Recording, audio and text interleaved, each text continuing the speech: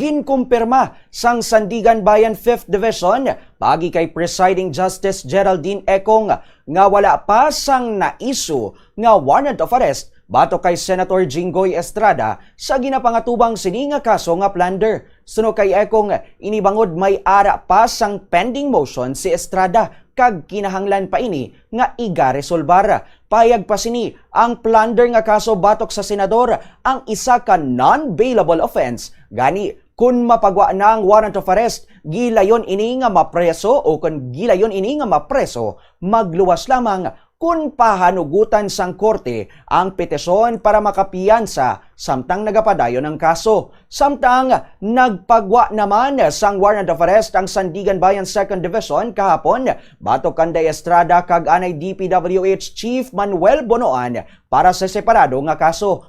Pareho ang mga ini nga nagpiyansa sang 90,000 pesos para sa ila temporaryo nga kahilwayan. Sunod kay Econg, nauna na nga nadiskusyonan ang graft case bago pa magsumite sang urgent motion si Estrada. Gani gilayon nga nadesisyonan nga may ara sang probable cause para magpagwa sang warrant of arrest kag hold departure order.